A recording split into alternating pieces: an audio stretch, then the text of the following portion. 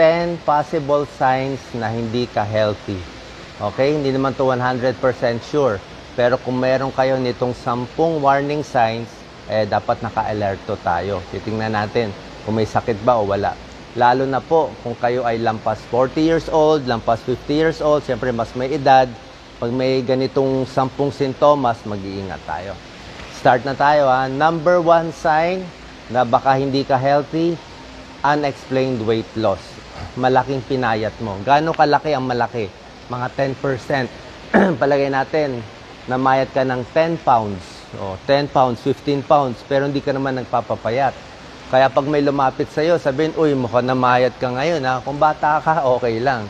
Kung 20 years old, namayat. Pero kung medyo 50 years old na mamayat, nagsasunken yung mga cheeks. Minsan kasi, yung mga kaibigan or yung mga kasama sa bahay, hindi nila alam na mamayat na yung tatay-nanay nila. Kasi lagi nila kasama. Kala nila, normal lang yan, normal. Pero pag iba ang tumingin, namayat.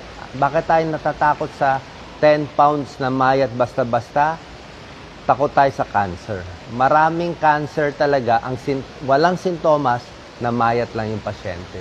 Dahil sinisira ng cancer, kinukuha yung sustansya ng katawan, papayat ng papayat hanggang lumala. Ibang cause ng biglang pagpapapayat bukod sa cancer, pwedeng overactive thyroid, baka hyperthyroid siya. Baka depressed siya. Baka may diabetes na hindi nakokontrol, uncontrolled. Pwedeng may liver disease o baka may problema sa tiyan, hindi maka-absorb masyado ng mga pagkain. Okay? So, pag thyroid naman ang problema, bukod sa namamayat, pinapawisan, restless, laging naiinitan. Yan ha, unexplained weight loss. Number 2 sign na hindi healthy, may lagnat. Kahit sabihin mo, pasinat-sinat lang, mababang lagnat o mataas na lagnat, dapat walang lagnat. Kung mababa yung lagnat, lalo na sa hapon, pwedeng tuberculosis yun. More than 37.6 degrees, lagnat na yun. Baka may TB. At yung mga mabababang lagnat, pwede rin cancer, tulad ng lymphoma, leukemia, low-grade fever din yon. Pag mataas naman yung lagnat, pwedeng may urinary tract infection, pwedeng may viral infection, pwedeng tonsillitis, madali lang gamutin, pero pwede ring pulmonya, pwedeng meningitis, pwede ring endocarditis, isang infection sa puso. So pag may lagnat, hahanapin yung cause ng lagnat. Pag sa may edad, 4 days fever, pang 5 araw, kailangan magpa-check up na. Hanggang 3-4 na araw lang dapat ang trangkaso. Okay? Pag sa bata naman, let's say 2 years old pa lang, pababa, may lagnat, 2 araw pa lang may lagnat, pa-check up nyo na. Kasi sa mga babies, dapat mas alerto tayo. Okay? Number 3 sign na hindi ka healthy, hirap huminga palagi. Okay? Merong nahihirapan huminga, parang hinahabol mo yung hininga mo, pwede dahil mataba ka lang, pwede nagkakaedad, kulang sa kondisyon, kulang sa exercise, o umakyat ka sa mataas na lugar, mababa yung oxygen. Pero meron namang nahihirapan huminga na may problema na sa puso. Diba? Pag nahina ang puso, may heart failure, hindi rin makahinga. Pag may sira ang baga, okay? Bronchitis, emphysema, sa kakasigarilyo, may hika, may pulmonya, meron pa nga pulmonary embolism. May pulmonary embolism mula yun sa mga varicose, malalaking ugat sa paa, nagba-blood clot sa lungs, delikado yung pulmonary embolism. Hindi makahinga, nakamamatay. So lung or heart problem, hahanapin natin yan. Papa-x-ray, papa-2D echo, kung laging hirap huminga ang mga magulang natin, mga may edad. Kahit 40, 50, papacheck mo na. Panic attack. Kung nagpapanik ka, kala mo mamatay ka na dahil nagpapanik attack ka, hinahapo din yun. Okay? Number 4 sign na posible hindi ka healthy, laging masakit ang tiyan. Kung paminsan-minsan lang sumasakit ang tiyan, baka gutom lang yun, di ba? Pero yung masakit na, let's say sa bandang kanan, tapos tumutugon sa likod, pwedeng gallbladder stone. Diba? Bato sa abdo, maraming may gallbladder stone, lalo na sa kababaihan. Diba? May kodigo kami. Fat, 40 years old, female, flatulent, lagi mahangin, pwedeng gallbladder stone. Pag ang sakit naman sa may gitna ng tiyan, tapos bababa sa may kanan bahagi ng tiyan, appendicitis po yun. Appendicitis yun. 2 to 3 days, pupunta sa may kanang baba ng tiyan, hindi nawawala, pa-check natin kung appendix. Yung laging masakit sa sikmura, pwedeng ulcer. Pag tuloy-tuloy yung ulcer, nalilipasan, pwedeng dumugo yan. Diba? Pwedeng GERD, or yung hyperacidity. Pwede rin suka ng suka. Merong tao ngayon, kakain susuka, masisira itong esophagus niya. Delikado po yun. Merong taong may ganung gawain para siyang bulimia. Gusto magpapayat, kain ng kain, tapos sinusuka niya. May mga babae dumadaan sa ganyang stage kasi gusto nila magpapayat. Hindi po maganda yon. Okay? Isa pa, pwedeng appendix, gallbladder stone, at syempre, concerned din tayo, merong mga pancreatic cancer, stomach cancer na masakit din ang tiyan. Number 5 sign na hindi healthy, matindi ang manas sa paa. Okay, ako nga, pag may nakikita akong pasyente, naka-wheelchair, lagi ako nakatingin sa paa. Sabi nga nung magulang ko, nung nabubuhay sila, nako, pag may manas na, may kasabihan yan, tagilid na kung may manas. Ngayon, merong manas na hindi naman delikado. Diba? Yung laging nakatayo, security guard o sales lady sa mall, laging nakatayo, pwede magmanas sa hapon. Kaya yung paa natin malaki sa hapon, di ba? Kasi nga, pag nagkakaedad tayo, more than 40, 50 years old, yung ugat natin sa paa, yung arteries and veins, hindi na ganun kaganda. Hindi na ganun kaganda yung pagka-rubbery ng mga arteries and veins natin. Ayaw na umakyat yung dugo, naiipon na sa paa. Dati hindi tayo nagmamanas, ngayon pag 40, 50, 60, mas nagmamanas na. So, okay lang yung ganung manas, itulog mo lang, itaas lang yung paa, kinabukasan, mawawala na yung manas. Yung sinasabi kong delikadong manas, yung manas na manas. Yung pag diniin mo talaga, nakalubog, parang hindi na umaangat ulit. Yung matinding manas, may mga 5 liters yan eh. Yung manas hanggang sa bukong-bukong, sa ankle, at least 5 liters of water yan na kailangan ialis sa katawan. So, bakit nangmamanas? 3 dahilan. Heart failure, mahina ang puso. May high blood, may sakit sa puso, inatake sa puso, umina yung puso, heart failure.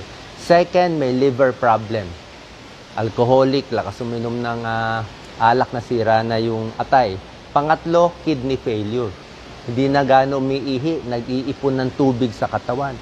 Pag kidney failure, ang manas, hindi lang paa, pati yung muka, maga yung muka.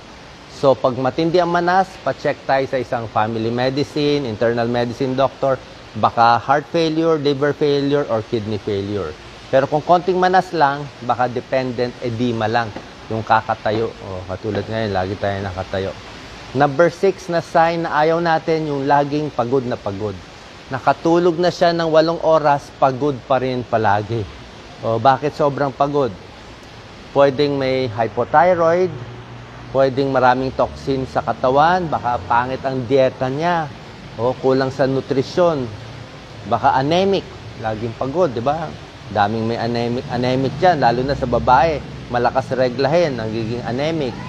Pwedeng may cancer din, yung laging pagod. Pwedeng diabetes na hindi controlled. Bata man may diabetes, type 1 diabetes, nangihina din. Type 2 diabetes sa matanda, nangihina din. Any chronic illness, nakakapagod. O sobrang stress. Number 7 sign, babantayan natin, dark yellow urine. Masyado ano bang dark yellow? Parang ganito, Doc Lisa, lapit tayo. Parang ganito yan, no? Dapat green yan, no? Pag ganyan naka dark yellow, ano? Kinuha ko isang halaman. So, pag very dark yellow na, medyo may pagka-greenish pa yung ihi, kidney failure po yon. Hindi po magandang sign yon. Kasi ang kulay ng ihi, dyan mo malalaman kung healthy o hindi yung tao. Okay? Pag masyadong madilaw, umiinom pa rin ng tubig, umiinom na nga ng tubig, madilaw pa rin, baka may UTI, may infection. Pag ang ihi nyo masyadong mabula, parang iced tea na bula, tapos hindi nawawala yung bula, pwedeng may protina sa ihi. Bakit may protein sa ihi? May kidney problem. May kidney problem, may diabetes, nasisira ang kidneys. Delikado po yon. papuntang dialysis and kidney transplant, di natin kaya yon, di ba? Medyo mahal yon sa atin. So yung kulay ng ihi, paano hindi masisira ang kidneys? Inom lang maraming tubig. Bago mag-exercise, pag pinapawisan, basta pag nakita nyo yung, di ba pag pumupunta kayo sa gas station, pag umiihi kayo sa urinal, may nakasulat doon na drawing, ewan ko kung anong gas station yung Petron ba yun. Sasabihin, if your urine is dark yellow, you should drink 1 liter of water. Actually, tama yun. Oo, sundin nyo yun. Gusto natin malinaw lagi ang ihi. 8 to 12 glasses of water. Pinakamaraming inom ng tubig, 16 glasses. Huwag na lalampas sa 4 na litro. Yun na pinaka-maximum. Huwag nyo na sobrahan. Masama din sobre. So hanggang 16 glasses po pwede. Pinakamahina mga 8 glasses. Number 8 sign na baka may sakit yung tao, unstable yung personality. Nagbago yung ugali. Dati nakakausap ngayon parang wala sa sarili, kung ano sinasabi, confused, nagbabago yung personality, maraming possibilities yan. Pwedeng may stroke pala yan. Actually, pwedeng may maliliit na stroke, kaya nasisira na yung computer ng brain niya. Minsan, nakakausap, minsan parang Alzheimer's na. Okay? Meron din naman bipolar disorder. Bipolar, minsan manic. Manic, bibilin lahat ng kaya niya bilin. Tapos, depressive. Depression, nagkukulong sa kwarto. Diba? Sa mga depressed. Meron din may mental problem. Yung mga schizophrenia. Okay? Pwede rin nagbabago personality dahil anemic, low blood sugar, may infection o dehydrated o hypoglycemia. Medyo, So, pag may ganitong problema, papatingin din natin. Number 9 sign na baka hindi ka healthy, any bleeding sa katawan. O, ayaw natin makakita na dugo, ha? Pag ang dumi nyo may dugo, yan, kakabahan tayo. Kasi pag ang dumi natin may fresh blood, pwedeng almoranas, nasugat lang, pwedeng anal fissure, pero pwedeng colon cancer. Pwedeng colon cancer. Above 40, 50 years old, lalaki, babae, naninigarilyo, may lahi ng cancer, rule out colon cancer tayo. Okay, basta may dugo. Pag ang dumi mo maitim, parang dinuguan, ganun kaitim, dugo din yon. Pwedeng may ulcer yun na dumudugo. So, any pagdurugo, hindi maganda. Pagdurugo sa ilong, nose bleeding, kailangan papacheck din. Kung paulit-ulit ang nose bleeding, pag nose bleeding ako, sasabihin ng ENT doctor ko, silipin hanggang dulo sa loob. Kasi nga pag sinilip, naghahanap siya ng nasopharyngeal cancer. Oo. Yun din ang tinitingnan. May pagdurugo sa puwerta. Let's say, ang babae, hindi naman niya regla. In between regla, pero dinudugo. Okay. Lalo na may edad, menopause na, dinudugo. Hindi po maganda yon. Rule out cervical cancer. Yun ang mga tinitingnan natin. Uterus cancer. Kasi nga hindi dapat nagdudugo. Papacheck up sa OB, papapap smear. Pagdugo sa plema, pagdahak, may plema. May dugo. Titingnan yung baga. Pag-ihi, kulay pink. Dugo din yun. Okay? So, any bleeding, ayaw natin. Hindi naman lagi masama, pero ayaw natin. Kaya ang tip ko nga pag uubo kayo, wag sobra lakas ang ubo. Pag iiri kayo, wag din sobra lakas yung iri. Okay? Pag hahatching, wag din sobra lakas. May tao, pag sinobra lakas mo, hatching, ubo, iri, pwedeng may mangyari Merong nagdudugo sa utak. Merong nasisira dito sa tiyan, sa lakas. Merong naluluslus. Diba? Huwag yung bigla na sudden. Baka mapunit Pwede mapunit yung katawan natin, lalo na pag nagkakaedad na. Hindi na ganun kalakas. Number 10. Last, senyales na hindi ka healthy, lagi kang inuubo at sinisipon. Laging may trangkaso. Every month, laging nagkakasakit. So, bakit siya tinatamaan lahat ng bakterya, lahat ng virus, ang bilis tamaan? Ibig sabihin, mahina ang immune system niya. Kahit kasi may virus, may bakterya, dapat nalalabanan ng katawan. So, bakit lagi kang tinatamaan ng sakit? Ano meron sa katawan mo? Sobra ka bang stress? Meron bang mental problem? O baka merong tinatagong sakit? Baka may bukol na dyan tumutubo, kaya humihina. Baka may diabetes, hindi nagagamot. baka kulang ka sa mga vitamins, kulang ka sa vitamin C, vitamin D, kulang ka sa potassium, baka may kulang sa'yo. So, ipapacheck sa doktor at iinom rin ng mga multivitamins.